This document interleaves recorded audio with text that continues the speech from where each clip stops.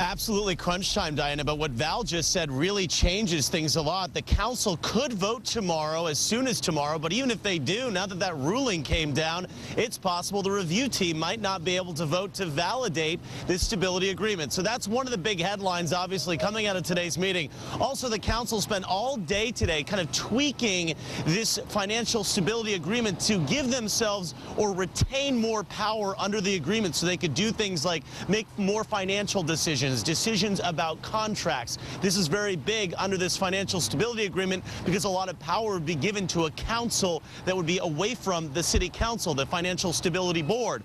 Also, the big fireworks today coming from exchanges between city council members and members of the mayor's finance team. Take a listen.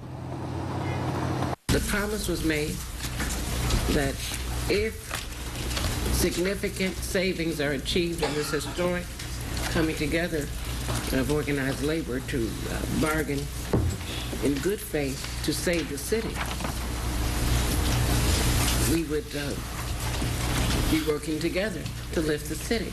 They know that you bargained and your team sat with these people for hours to bargain to get tentative agreement.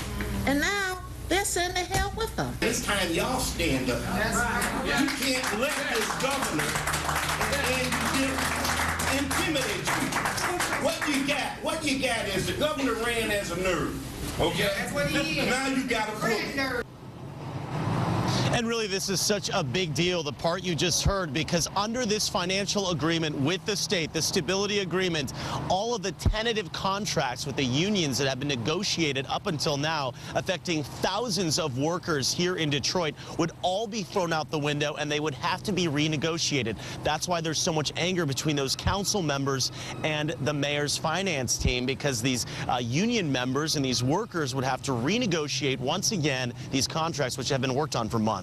Reporting live downtown, I'm Tom Wade, 7 Action News. Tom, what's the governor's office saying about the changes City Council wants to the agreement?